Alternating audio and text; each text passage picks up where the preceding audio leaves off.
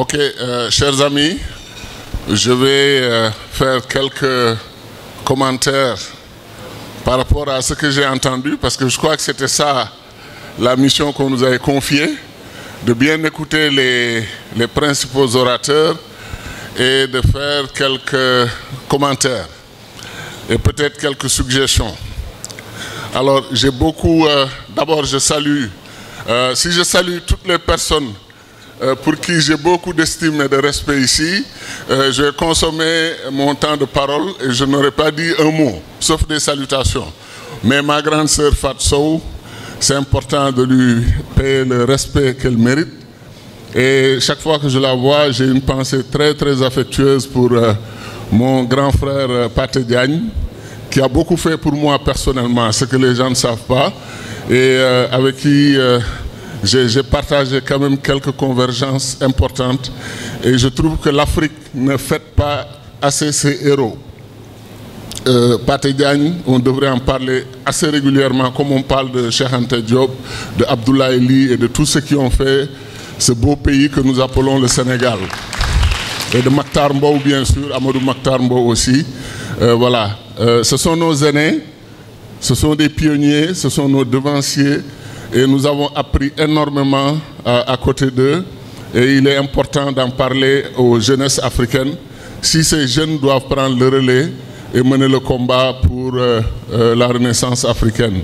Ma sœur Penna Mbow, mon grand frère Alun Sall Paloma et tous les autres amis qui sont ici, mon fidèle compagnon Hervé Fall, avec qui j'ai fait beaucoup de chantiers en Afrique. Voilà, donc voilà Mignan Diouf, bien sûr, qui est mon sérère préféré et qui m'a fait adopter. C'est pas lui d'ailleurs, c'est un de ses frères, mais Mignan a soutenu. Je suis citoyen d'honneur de Djilor, un Halpulaar citoyen de Djilor. Chez les sérères, il fallait le faire et c'est fait, ça a été fait. C'est ça aussi le panafricanisme, n'est-ce pas? Alors, je suis à côté de Aziz Fall. Si je rends hommage à Aziz Fall comme il faut, là encore je perds mon temps de parole et il ne va pas me rembourser, j'en suis sûr. Mais Aziz, c'est vraiment un grand fils du continent africain. Depuis plus de 30 ans que je l'ai connu, je n'ai que admiration et respect pour sa constance d'abord. Et il fait un travail que beaucoup d'intellectuels sous-estiment, c'est de travailler sur les paradigmes, les concepts qu'on nous a légués, et essayer de les remodeler en fonction de nos objectifs à nous. Aziz ne répète jamais ce que disent les autres. Il peut puiser des leçons, parler de l'expérience, etc. Mais il vient toujours sous un angle parfois qui est déroutant et qui vous oblige à remettre en cause votre propre conviction et vos propres certitudes. Et donc Aziz soit remercié. Et lui aussi, on a une histoire particulière. Son père, à plus de 90 ans, était mon ami. C'était mon père, mon ami. Il venait me voir au ministère et me donnait des conseils. Et ça, lui, il sait, et je sais qu'il sait, que lui, papa et moi, on était le vieux Salman Fall, un grand panafricaniste de la première heure. Et ça, encore une fois, le Sénégal ne célèbre pas, l'Afrique ne célèbre pas ses héros. Voilà, et par rapport au discours d'Aziz, comme l'a dit notre modérateur, mon ami et frère Ibrahim Sall, Aziz profite de chaque occasion en réalité pour livrer une partie de sa vision. C'est une sorte de discours-programme où la question de l'écologie, la question des femmes, la question des jeunes, tant que l'Afrique, surtout la question des femmes et des jeunes, tant que l'Afrique aura une vision très molle et très faible de ces questions, nous n'irons nulle part, absolument nulle part. J'ai eu la chance de vivre aux États-Unis et de connaître l'histoire de Harriet Tubman, une femme qui s'est battue pour libérer ce que nous appelons des esclaves. Même là aussi, je pense qu'au plan conceptuel, il faut qu'on révise le fait que nous-mêmes nous acceptions, nous intériorisons le fait que nos parents qui ont été arrachés au continent africain sont des esclaves. Nous les appelons les esclaves dans les Caraïbes, aux États-Unis, au Brésil. Pourquoi? Pourquoi reprenons-nous le langage des dominateurs ceux qui ont arraché nos parents et les ont esclavagisés ou ont essayé de les esclavagiser. Ils n'ont jamais réussi. Ils ont résisté jusqu'à la fin. Ils se sont battus. Et c'est injuste historiquement que nous-mêmes, on parle des esclaves africains. Quand ils quittaient le continent, ils n'étaient pas des esclaves. Et non seulement ils n'étaient pas des esclaves, pendant la traversée, ils n'étaient pas des esclaves. Un grand panafricaniste des États-Unis, disait que l'océan Atlantique est le plus grand cimetière de l'humanité. Des millions d'êtres humains ont été jetés par-dessus bord et sont morts dans des conditions atroces. Et donc nous ne le reconnaissons pas. C'est la résistance de ces Africains du début jusqu'à la fin de leur vie. Et donc c'est injuste de les affubler du concept d'esclaves. Alors, parlant maintenant de notre situation concrète. Moi, le concept qui me gêne en parlant de l'Afrique contemporaine, c'est quand chaque pays parle de souverainisme et souveraineté, etc. Je me demande qu'est-ce qu'on veut dire par là. Est-ce que nous sommes en train de faire l'apologie de la balkanisation de l'Afrique en 54 petits États et chacun d'entre nous défend sa parcelle de souveraineté dans cet État balkanisé? J'ai dit à l'Union africaine, si les discours étaient enregistrés, on peut vérifier, quand on mettait à nouveau l'acte constitutif de l'Union africaine, j'ai dit arrêtez de dire que l'Union africaine vise les États-Unis d'Afrique, mais c'est une union d'États indépendants et souverains. J'ai dit, si vous êtes indépendant et souverain, qu'est-ce que vous faites dans cette salle? Allez pratiquer votre indépendance et votre souveraineté. Et on a vu, quand des pick-up de djihadistes, terroristes entrent dans nos États, effondrer des États soi-disant souverains, qui n'avaient pas d'armée nationale pour se défendre, qui ne pouvaient pas garantir l'intégrité de leur territoire. On se rappelle que le Mali, avec 1 140 000 km², avait 30 000 ou 30 et quelques mille soldats. Comment 30 000 soldats peuvent défendre 1 million de km²? Qu'est-ce qui nous empêche? Afrique de l'Ouest, 400 millions d'habitants. 400 millions d'habitants. Cuba a 12 millions d'habitants, 12 millions. Et Cuba a une armée de 2 millions de soldats, dont 1 million de réservistes. Et ces réservistes-là, c'est de vrais combattants, parce qu'ils ont fait l'armée et ils sont en stand-by chaque minute. S'ils entendent les sirènes et les alertes, ils vont foncer pour aller défendre leur île. 2 millions sur 12 millions dédiés à la sécurité de Cuba. Et on connaît la gravité de la menace contre Cuba depuis le début, depuis les années 60. L'Afrique est sous les mêmes menaces, même parfois aujourd'hui plus aggravées, avec l'invasion des terroristes. Commence en Algérie, et ces terroristes aujourd'hui sont à Cabo Delgado au Mozambique. Ils ont traversé toute l'Afrique. On dit que Boko Haram a fait 40 000 morts au Nigeria, 40 000 victimes. Quand on nous dit qu'au Burkina Faso, ils sont à plus de 20 000 victimes, entre 10 000 et 20 000, ça dépend des statistiques. Et nous, Africains, moi je suis sidéré, franchement, que cette question de la sécurité ne semble pas nous préoccuper outre mesure. Comment peut-on se réveiller le matin, mettre la radio et apprendre que 54 soldats ont été massacrés au Bénin? On prend son petit déjeuner, on va au travail tranquillement et c'est comme s'il ne s'est rien passé. Alors que quand il y a 4 soldats américains tués au Niger, c'est dans les médias, télévision, radio, partout, c'est une émotion mondiale. Mais on annonce que le bilan de Boko Haram, c'est 40 000 victimes au Nigeria. Silence radio de la part des Africains. Moi, je ne parle pas des autres. Que les autres ne parlent pas de nous, ils ont le droit.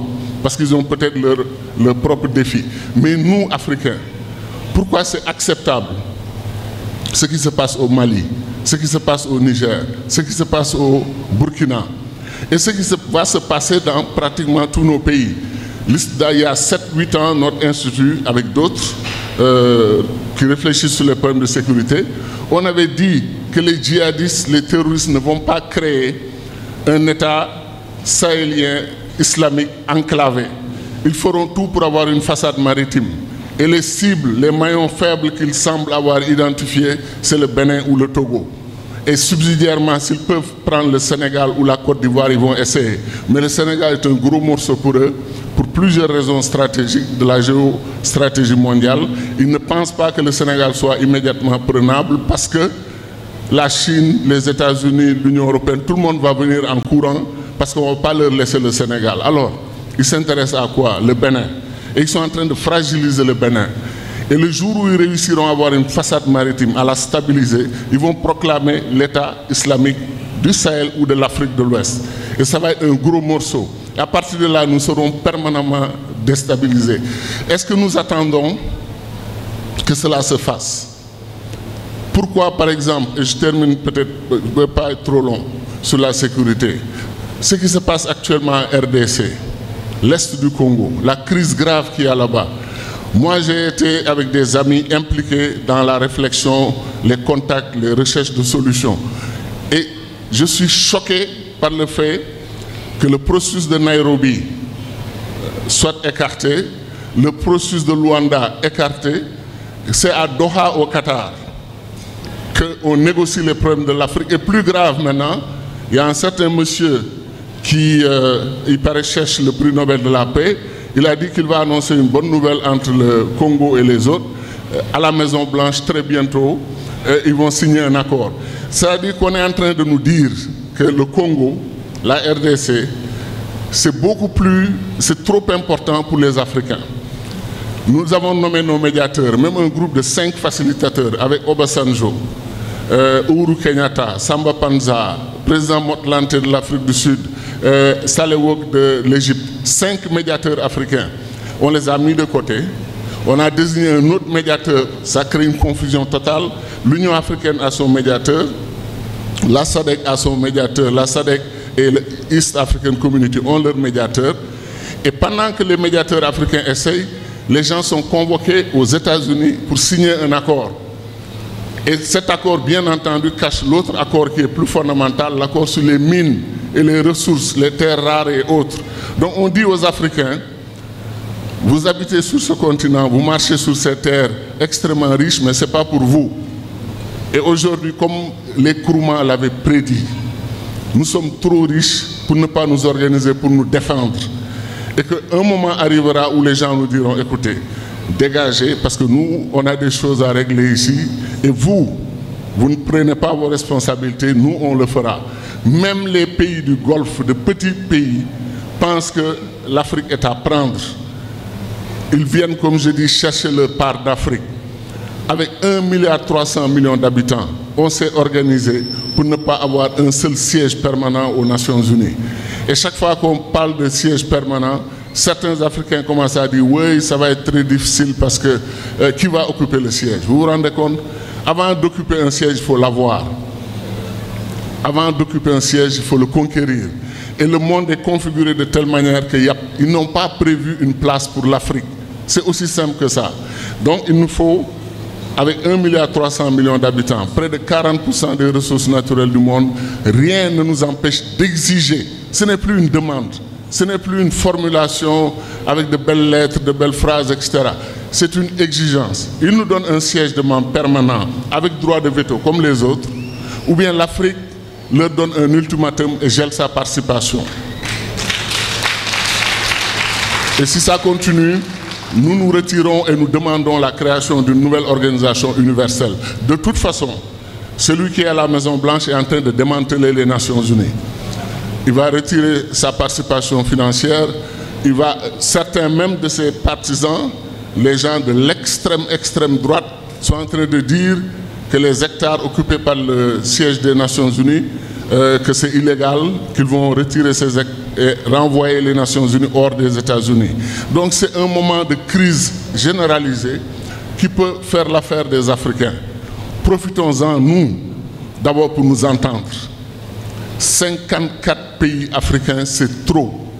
54 ministres des Affaires étrangères qui vont en Chine, qui vont en Corée, qui vont en Turquie, s'asseoir pour parler avec un seul ministre des Affaires étrangères de Chine ou de l'Inde.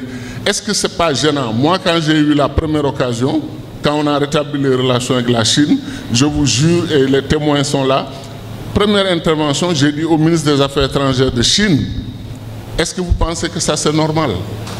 46, on était 46, ministres des Affaires étrangères de l'Afrique, assis autour d'une table. Vous êtes vous seul, et vous êtes majoritaire, et vous êtes plus nombreux. Et c'est vous qui décidez. Et voyez les ministres africains, oui, monsieur le ministre, on leur donne la parole. Oui, nous, chez nous, là-bas, on a besoin d'une autoroute, on veut construire un chemin de fer. Mais c'est tragique que d'entendre ce genre de discours. Alors le ministre chinois m'appelle après, me dit, mais qu'est-ce que vous proposez? Je ne voulais pas le dire en public, mais dites-moi. Je lui dis, si on doit faire un sommet Chine-Afrique, si c'est obligatoire, que ce soit au moins un sommet multilatéral, qu'il ne soit pas bilatéral à l'intérieur du multilatéral. Il ne faut pas que les pays africains viennent là-bas avec leur cahier de doléances et vous le présentez en public. Je lui dis, gardez vos relations bilatérales avec qui vous voulez, mais que la CEDEAO désigne 2 représentants ou un porte-parole de la CEDEAO. On parle de projets régionaux avec vous, et ça, c'est des entités plus crédibles. Le Sénégal, devant les États-Unis, en train de négocier, soi-disant d'égal à égal, mais ça fait pas sourire, ça fait rire aux éclats. C'est pas sérieux. Une université où j'étais aux États-Unis, Ohio State University, son budget dépassait le budget du Mali et faisait à peu pas loin de la moitié du budget du Sénégal. Une université, dans un pays qui a 1 millier d'universités. Nos Cheikh Anta dit, nos États ne sont pas viables et ce sont des États nains. Après 60 et quelques années d'indépendance, qu'on me donne un seul pays africain qui a les attributs, tous les attributs d'un État indépendant et souverain et qui peut librement progresser dans ce monde. Je pense que nous perdons du temps, l'émergence n'est pas au rendez-vous. Toutes les théories qu'on nous a vendues, le plan de Lagos par-ci, vision, mission de l'Union africaine, ils ont essayé tous les plans et chaque fois qu'un plan, on commence à le mettre en œuvre, on nous donne un autre plan. C'est comme si on nous traite comme des enfants et nous l'acceptons. Et maintenant, nos dirigeants parlent de 2063. La patience d'attendre 2063 va poser problème. La jeunesse africaine, 1 milliard de jeunes, n'a pas le temps d'attendre 2063. Nous pouvons accélérer l'histoire de l'Afrique. Nous pouvons accélérer l'histoire de l'Afrique, réussir l'unité de l'Afrique, d'abord pour des questions de survie, et ensuite adhérer à ce qu'avait dit Cheikh Anta, et beaucoup de panafricanistes n'adhèrent pas à cela, c'est le destin fédéral de l'Afrique. Est-ce que l'Afrique a un destin fédéral? Est-ce que nous voulons l'État fédéral africain? Des gens parlent de panafricanisme, mais dès que vous leur parlez de fédération, ils tournent la tête ou ils parlent d'autre chose. Le panafricanisme, c'est un fédéralisme. Le panafricanisme, c'est du féminisme. Le panafricanisme, c'est de l'écologie. Le panafricanisme, c'est de mutualiser nos forces de défense et de sécurité et d'avoir une armée africaine régionale ou continentale pour relever les grands défis du continent. C'est tout ça le panafricanisme. À l'OMC, parler d'une seule voix, aux Nations Unies, parler d'une seule voix. Tout ça est possible, ce n'est pas de l'utopie, parce que ce qu'on a essayé a échoué. Si quelqu'un pense que ce qu'on a essayé, ça marche bien, et que les chevauchées solitaires ont mené à de grands résultats, il n'a qu'à le dire et le prouver. Ce n'est pas le cas. Donc pourquoi nous satisfaire de l'échec? Pourquoi l'échec nous fait plaisir quelque part? Et nous continuons à défendre l'indéfendable. Notre système, le paradigme de développement de l'Afrique que nous avons choisi a échoué. Il faut de nouveaux paradigmes et je pense que le fédéralisme est la voie. Le panafricanisme n'a pas d'alternative. Marcus Garvey est un héros africain. C'est le premier à avoir dit « Vive les États-Unis d'Afrique ». Aujourd'hui, le mouvement fédéraliste panafricaniste, que je salue et que je défends, je pense pose aussi les grandes questions du continent. Il faut aller vite. Il faut aller vite. Les jeunes africains ont le droit d'être impatients. Et maintenant, je termine sur ça, il faut combattre le populisme. Le populisme s'est greffé dans le panafricanisme. Des gens aujourd'hui nous tiennent des discours pour nous montrer en réalité qu'il faut rompre avec les anciennes tutelles parce qu'eux, ils ont négocié de nouvelles tutelles qu'ils ont dans la poche, qu'ils attendent. L'Afrique n'a besoin de tutelle de personne. La seule tutelle africaine, la seule tutelle qui vaille pour les Africains, c'est la tutelle de l'Afrique sur l'Afrique. Merci.